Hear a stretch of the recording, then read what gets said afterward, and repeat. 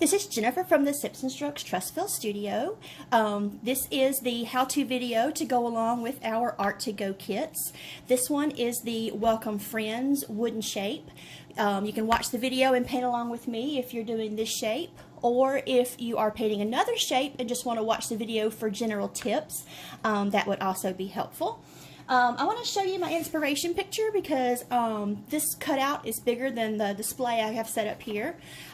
This is the cutout that I posted on Facebook, the Welcome Friends. It is based on the frame on the back of Monica's door from the TV show Friends. And I wanted to have a reference picture because I couldn't decide if I needed to paint purple inside of these little scroll lines. But it looks like the purple is going to be square and the rest of it's going to be yellow. So it should be really easy to paint and come out looking really cute.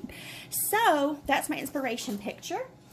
If you have any questions, you can contact me through our Facebook page. It was the Sips and Strokes Trussville Studio Facebook page. Or you can email me. My email address is trussville@sipsandstrokes.com. That's trussville@sipsandstrokes.com. And I will answer your questions as soon as possible.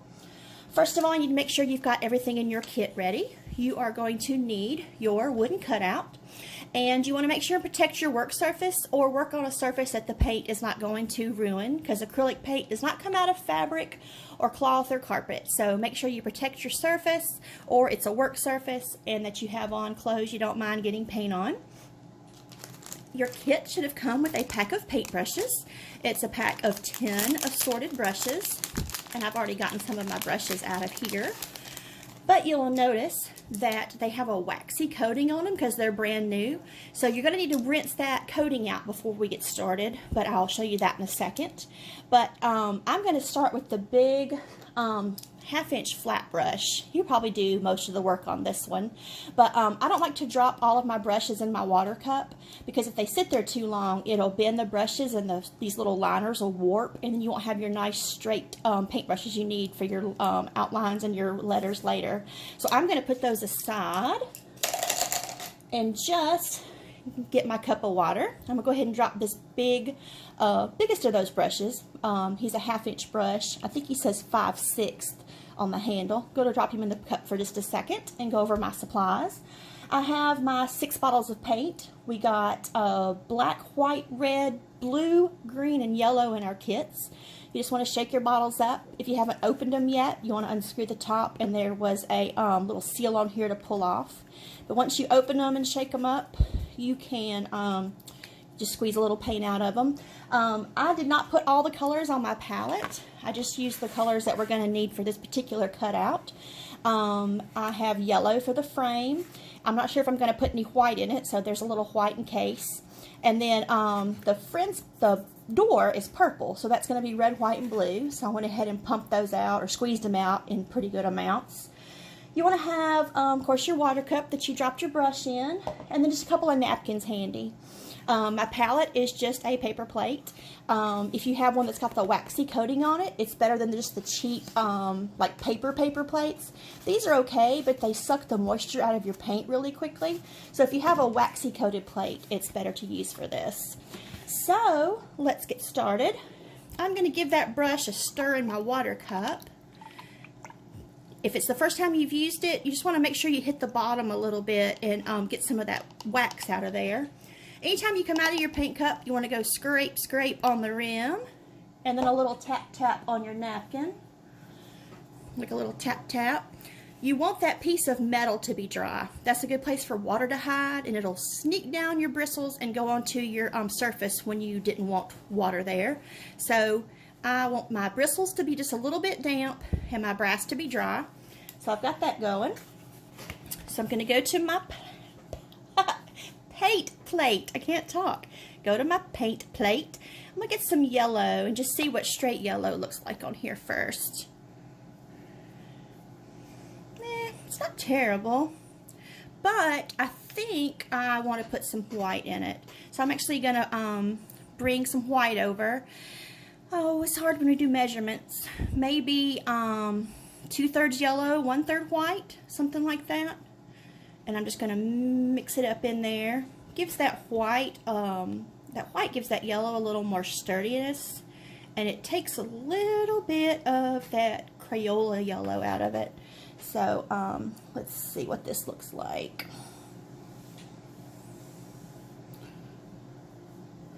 I wanted to make sure I could still see my lines. I can, because I'm going to want to bring those lines back as details later. So there's going to be two ways to do this. One is going to be like I'm doing and just paint the whole thing yellow. And I am not painting the edge. The edges on these are burnished. They're kind of burnt. I don't know if you can see them. That's a nice finished edge. And people always ask me if they should paint the edges to make them more weather safe if you're going to put them outside. And I don't think you have to. I've got some that have been outside for as many as 3 years, and the weather doesn't seem to affect them on the porch. So I'm letting this dry a little bit, and I can still see my lines. I'm not sure if you can see the lines in the laser etch lines. But if you wanted to, you could take your time and paint around the lines and leave a bit of a halo. And just try not to get the paint down in the lines. Let's see, for the effort, I don't think that's making that much difference. So I think I am going to go ahead and just paint the whole thing. As it dries, you can see the lines even better. So yeah, I am going to paint the whole thing yellow all around all 4 sides. So I'm going to pause the video and step away. If you want to also pause your video, you can work on getting your whole frame painted yellow. Not inside the square, this is going to be different. Just everything outside the square, the frame is going to be yellow. So I'm going to pause here if you'd like to also pause, and we will pick back up when our frame is yellow. Okay, I have put not 1, but 2 coats on my frame around my friend's door. If you can see the difference, this is 1 coat of yellow, this is 2 coats of yellow. It's just personal preference. If you like it more yellow, or if this is fine with you, you can do 1 or 2 coats. But I'm not sure if you can see on camera as well, but in person, I can still see these lines pretty well. So if you want to do 1 coat and be done, you can. Or if you want to do 2 coats, either way is fine. But I need to finish this one side. I just wanted to show you before I painted over that part that just had 1 coat on it. So let me finish this one little bit here. And then I'm going to drop this brush in my water cup for a minute. Anytime you've used a paintbrush, you want to make sure it goes into your water cup, because the acrylic paint will dry out on it and it'll ruin the brush. And if you want to get the brush strokes out of your painting, either on the first or second coat, the way you do that is by doing a longer stroke versus a short little choppy stroke.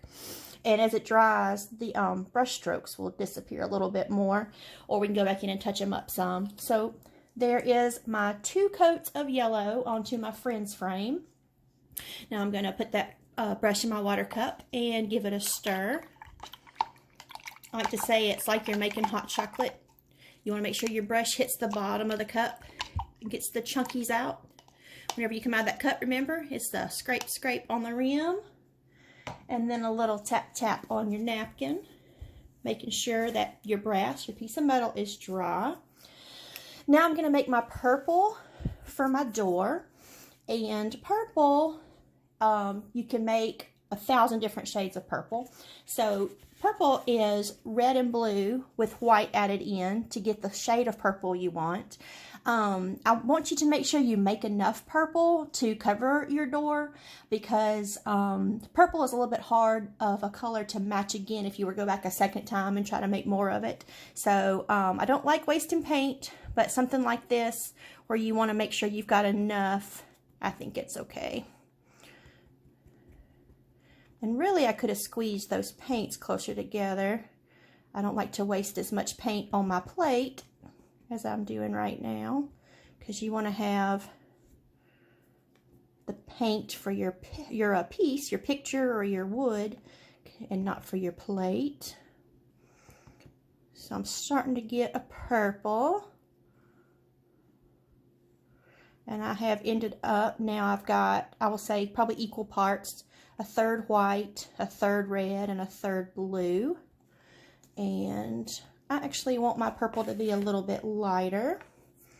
So I'm going to grab my bottle of white, and I'm going to put some white on there. If you wanted to, you could add white a few times, but I was pretty sure I knew what I wanted. So I went ahead and went right in the pile with it.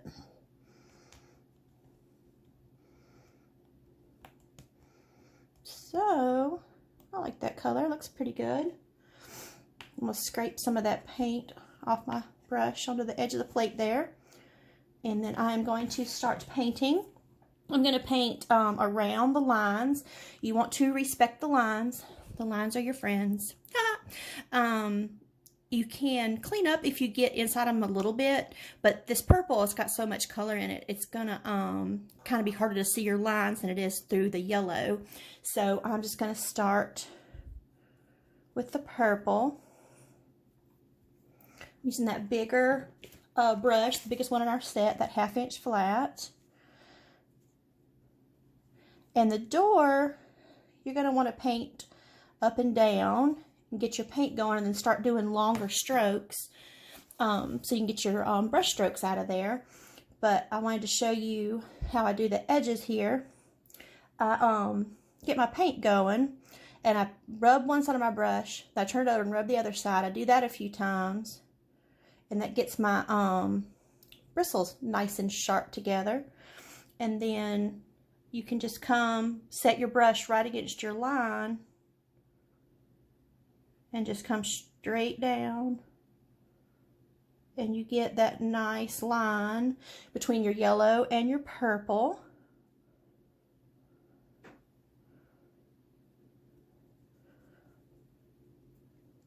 Just occurred to me these are LSU colors, so I may not be able to hang this on my front door during football season, but the other half of the year maybe it'll get to come out. So I'm going to paint around my letters, like I said. See if you can see here. I'm going to turn my brush and just get as close as I can to that laser line without getting into it.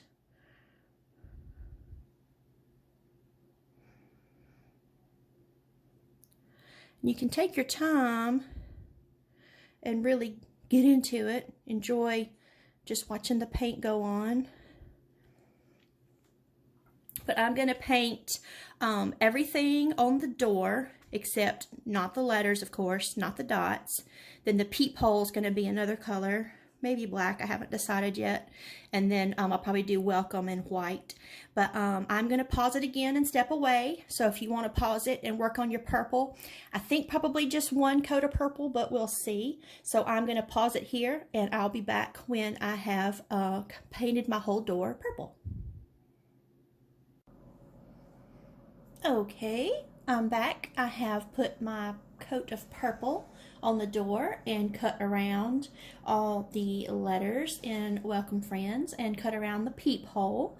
I ended up painting over the dots in between the letters and friends because they're going to be little polka dots, and I think it'll be easier to do a trick I'll show you later where we're actually going to just use the back end of the brush, the hard end, and we'll just use that to make our different colored dots. So I painted over the dots to start with, and you can see that I got inside the lines some on the letters, but that is fine because they're going to be white and the white will cover. And I got inside the peephole some, but it's going to be black. I was looking at the picture that I had printed out, and maybe it's brass in like real life, but I think I want to make it black because I think it'll have a nice contrast to all the other colors we have going on. So I am going to put a little black on the plate, and I'm going to use that same 1/2 inch brush that I've been using. I'm going to stir it up in my cup and get the purple out of there. So coming out of the cup, scrape, scrape, tap, tap. And I'm doing what I call the napkin taco where I fold a napkin in half, and I'm going to pull my brush through it. You see I got a fair amount of purple back there on my brass, but it's dry, so it's not going to matter. I'm going to use this brush and black, and I'm going to paint inside the peephole. I like to always use the biggest brush for the job. That way you cover as much area as possible, and the bigger brushes hold more paint.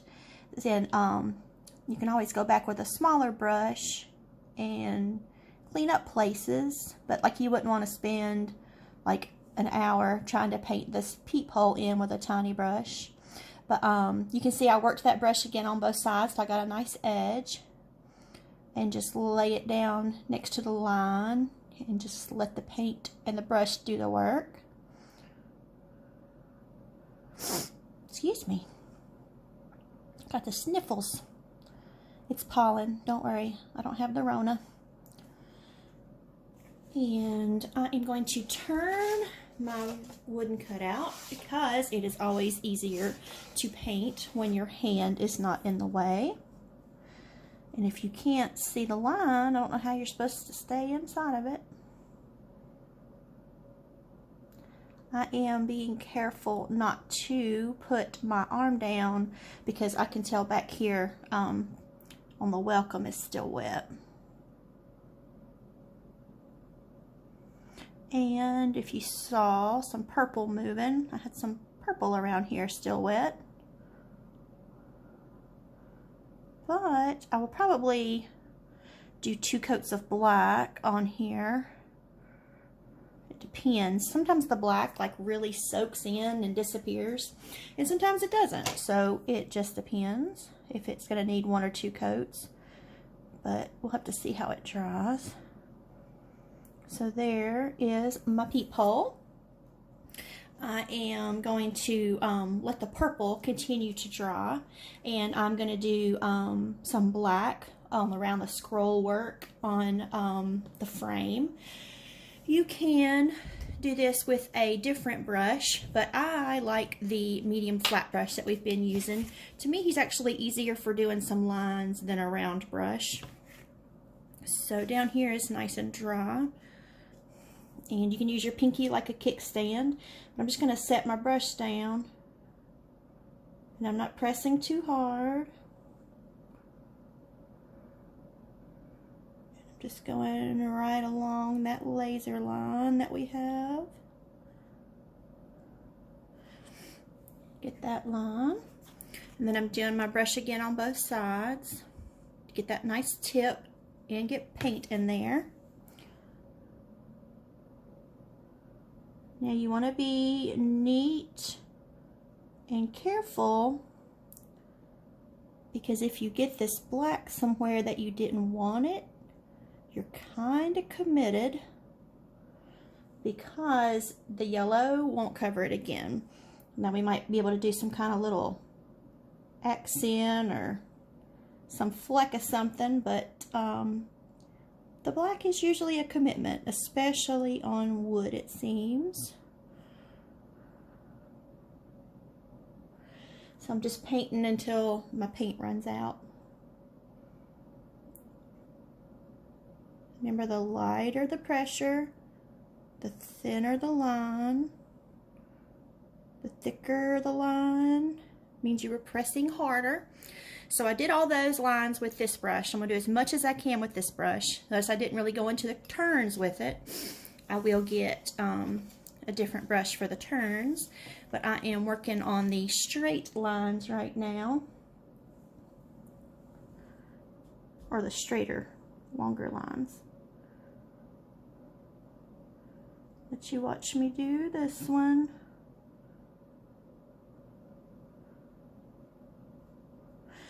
And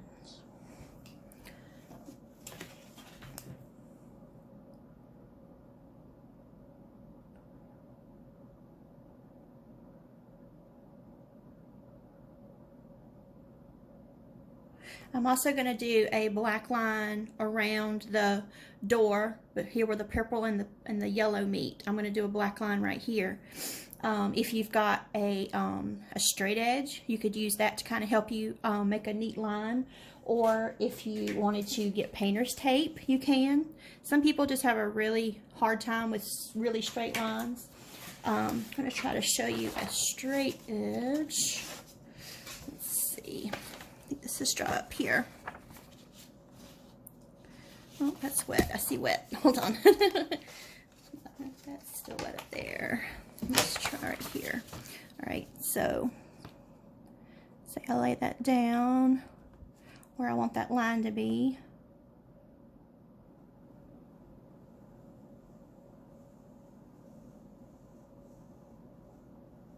And then when I carefully pick my brush, my paper, I can't talk. When I pick my paper up, my paint has that nice sharp line.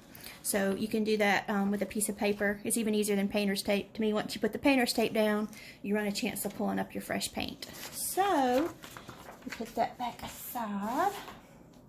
Put my brush in my cup and decide which brush I want for the turns. I will probably use this small round brush. It has a number 2 on it. Let's see, make sure you can see. To get paint on a round brush, you lay it in your paint and you roll it like a pencil.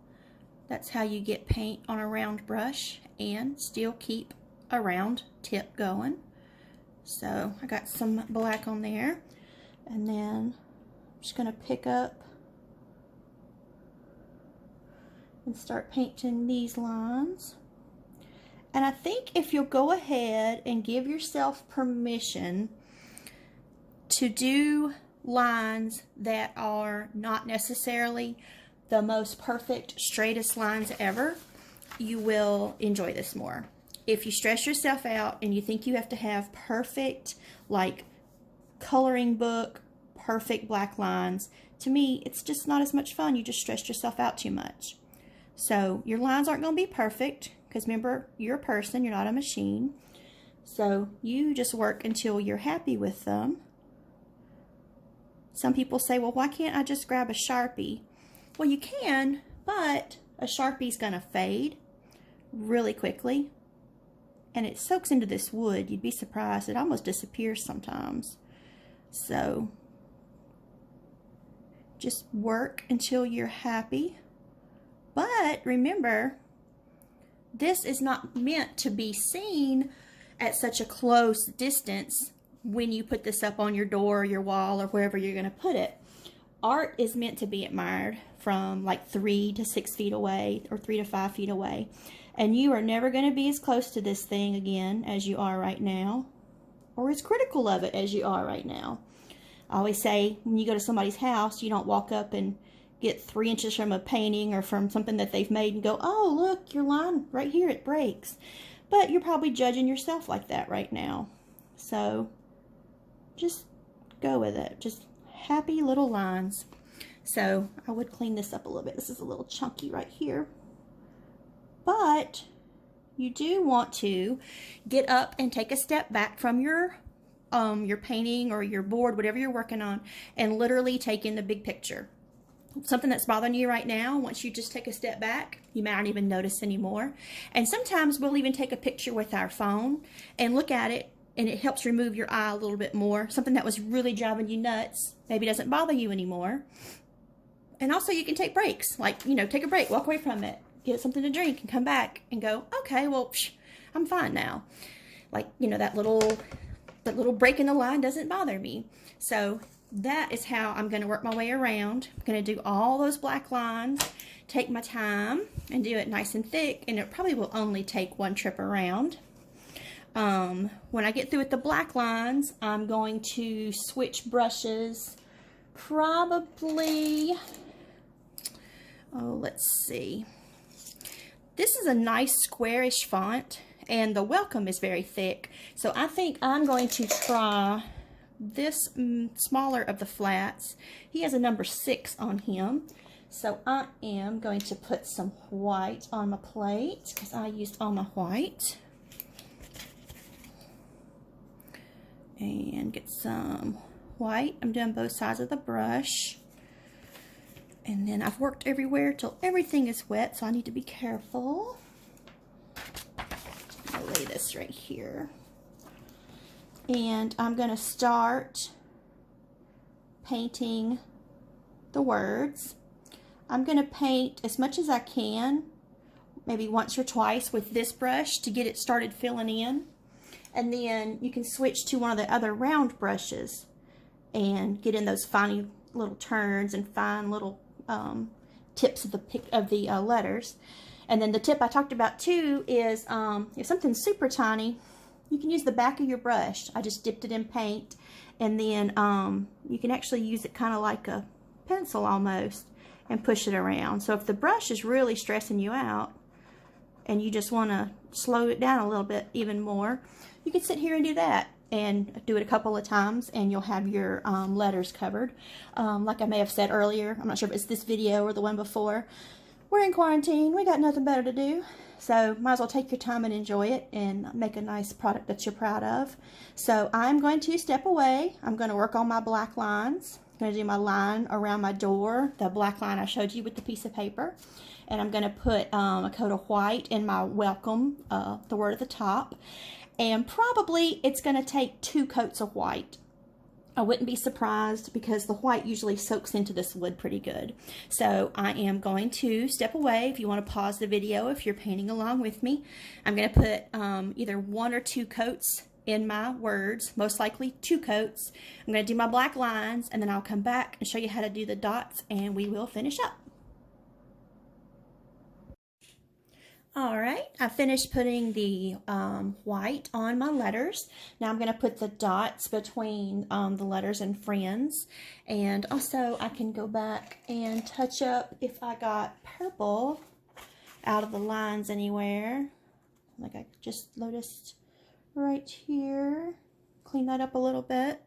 Anywhere that you got out of lines, it's real easy to touch up with the purple. So you can touch up like that. Let me do my dots between the letters. I looked and they are red, yellow, and blue. So I picked out a brush. This is the smaller round brush, just something with a small tip. I wouldn't use the 2 or 3 biggest brushes. And I'm just going to take the hard end of the brush, and I'm just going to tap it in some red. Get some red paint on there. And then I've got my dot I can still see even though I painted over it. And I'm just going to tap the brush a couple times. Gets my red dot. It was red, yellow, blue. Red, yellow, blue. I'm going to wipe it off. Then I can do my yellow. Was it red, yellow, blue? Yeah, red, yellow, blue. Red, yellow, yellow, and then wipe it off. 2 blue dots, and we will be done with our welcome friends.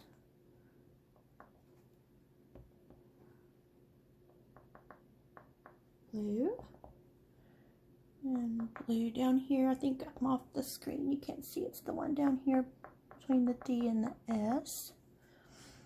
So you can go back and touch up anything if you see anything that dries lighter than maybe you would like for it to.